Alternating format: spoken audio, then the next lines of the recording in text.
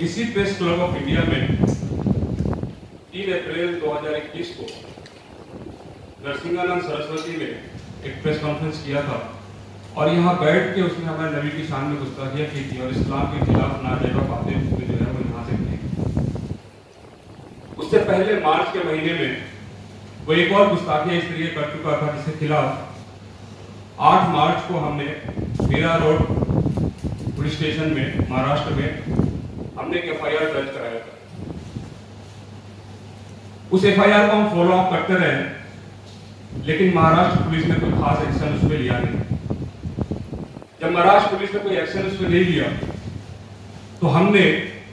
उसके खिलाफ एक जेल भरो आंदोलन का हमने 11 अप्रैल को ऐलान किया था कि हम 4 मई को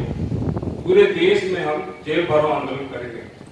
11 अप्रैल को हमने ये ऐलान किया था कि 4 मई को हम जेल भरो आंदोलन करेंगे और हमने प्रशासन को 20-22 दिन का वक्त दिया था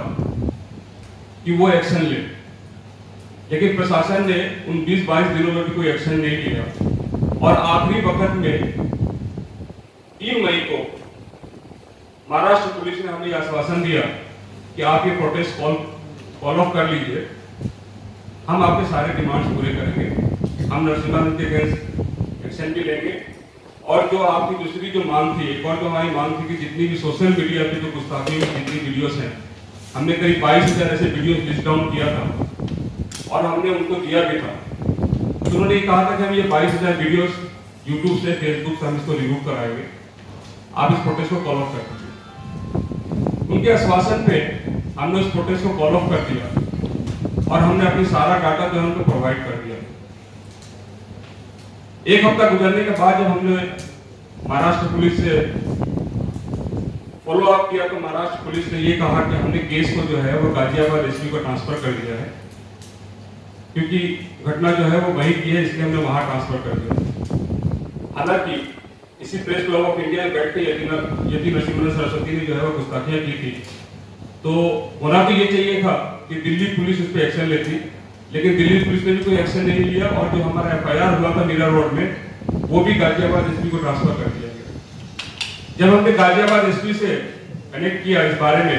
तो हमें वहां से कोई खास रिस्पॉन्स नहीं मिला। इस्लाम और पैगम्बर इस्लाम सल्लल्लाहु अलैहि वसल्लम की शान में जो गुस्ताखियाँ कराई जा रही हैं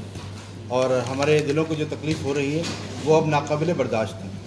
हम बस ये पैगाम देना चाहते हैं कि हुकूमत इससे बाज आए, क्योंकि हम साफ साफ कहना चाहते हैं ये सब हुकूमत करा रही है, बगैर हुकूमत की शय के ये सब नहीं हो सकता है। तो हुकूमत इससे बाज आ जाए, ये सब हरकतें ना करे। और हमने अब ऐलान कर दिया है कि हम एक बड़ा आंदोलन खड़ा करने जा रहे हैं। अगर वक्त रहते,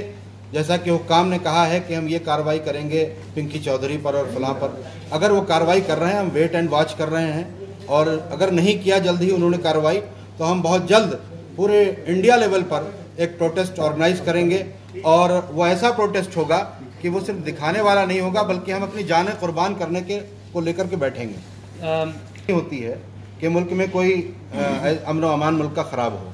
जो लोग कर रहे हैं उनको हुकूमत कंट्रोल करे, वो लोग बाज आएँ। और साथ साथ हिंदू कम्युनिटी जो है वो भी ऐसे लोगों को, बहुत से लोग कर भी रहे हैं लेकिन अभी ज़्यादा तादाद में ज़रूरत है कि उनको कंट्रोल करें, उनको मना करें। जब तक वो उससे बाज नहीं आएंगे तब तक अमन व अमान कैसे रहेगा। हमेशा कोशिश रही है, हमने कब नहीं की कोशिश,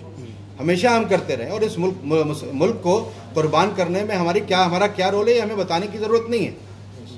और जितनी कुर्बानियाँ हज़ारों की तादाद में हमने दी हैं, हमने अपनी जानें गंवाई हैं, उससे कहीं ज़्यादा हम कुर्बान करेंगे अपने नबी की अज़मत के लिए।